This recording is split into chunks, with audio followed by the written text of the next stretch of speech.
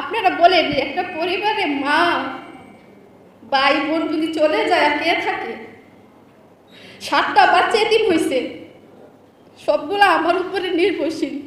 আমি কার জন্য কান্না করব বলেন? মার জন্য না, পায়ের জন্য না, বোনের জন্য?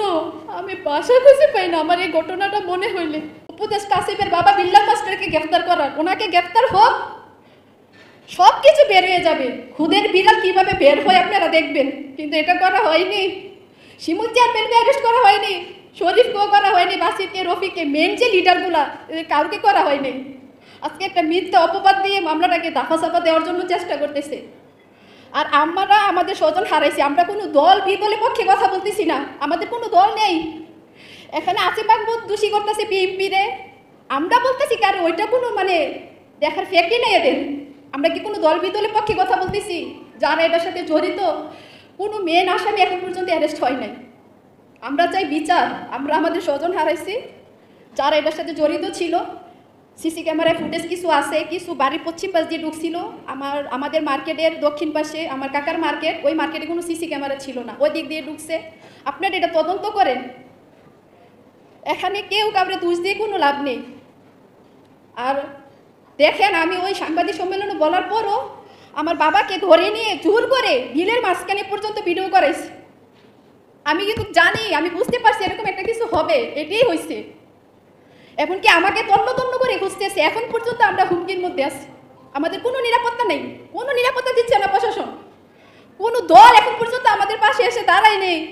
এটা বাংলাদেশ, এতগুলো মানুষ মারা গেছে, কোনো বিচার নেই। আজকে 2 মাস হয়ে গেছে, আমি কোনো উন্নতি দেখতেছি না। না আমাদেরকে নিরাপত্তা দিচ্ছে কোনো প্রশাসন, কোনো দল, কোনো দলের লোক। বাংলাদেশে এত রাজনীতিক, এত নেতা, এত এমপি, মন্ত্রী, ডিআইজি, উপদেষ্টা, কেউ আমাদের পাশে একবারও এসে দাঁড়ায়নি। আমরা খুব অসহায়। আমি মনের সাহস আপনাদের সামনে আসছি। আমি বাসায় বুঝাইতে পারবো না আমি কতটা যুদ্ধ করে বেঁচে আছি।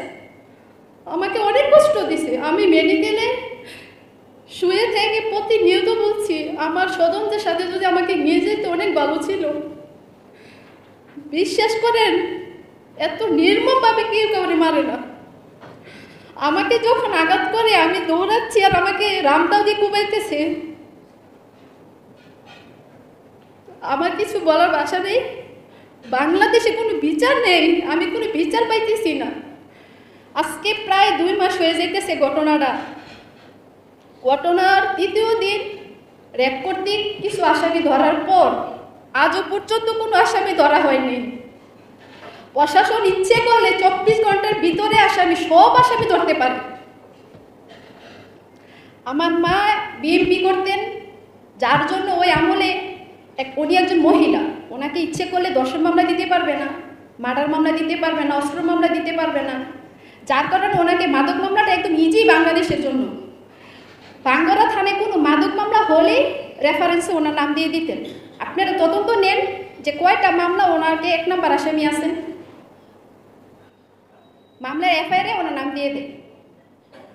আমি ওই দিন সাংবাদিক সম্মেলনের সময় বলছিলাম যে আমি যদি বাংলাদেশে বিচার পাই একমাত্র আপনাদের দ্বারা আমি বিচারটা পাবো, সকল সাংবাদিক ভাইদের দ্বারা। এছাড়া আর কোনো উপায় নেই। যেখানে উপদেষ্টা এটার সাথে জড়িত, তার বাবা জড়িত, আপনারা সত্যটা যাচাই করেন, আপনার এলাকাতে যান, কিন্তু আসামির কোনো পরিবার ছাড়া আপনারা গোপন তথ্য নেন যে আমার মা কি ইয়াবার সাথে জড়িত ছিল, আমাদের কি অপরাধ ছিল যে এরকম নির্মমভাবে মারতে হবে।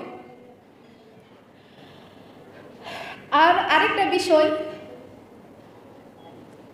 দেখেন, আমার স্বজনরা হারাইছি আমি।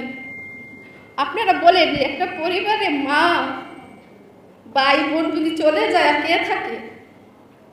7টা বাচ্চা এতিম হয়েছে, সবগুলো আমার উপরে নির্ভরশীল।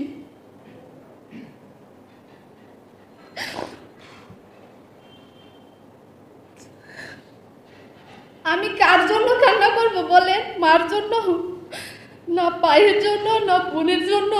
আমি বাসা খুঁজে পাই না। আমার এই ঘটনাটা মনে হইলে